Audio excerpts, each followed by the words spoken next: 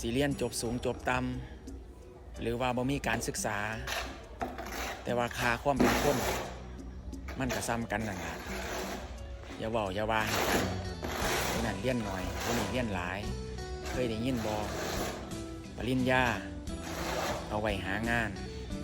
ประสบการณ์เอาไว้หาเงินบางอย่างเราต้องเรียนรู้ด้วยชีวิตด้วยประสบการณ์ด้วยชีวิตจริงเพราะฉะนั้นไปหาดูถูกดูดี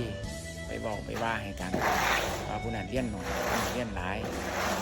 แต่ละคนผ่านชีวิตมาบ่คือกันครอบครัวบ่คือกันฐานะบ่คือกันทัศนคติบ่คือกันภาระที่เบิกไว้มันก็บ่คือกันใจคนมันคือกันมันก็บ่แน่อันใดก็คนคือกันอย่าดูถูกอย่าบอกอย่าว่าให้กันเป็นดีที่สุดเกิดเป็นคนมันก็มีดีมีชั่วมีสิ่ง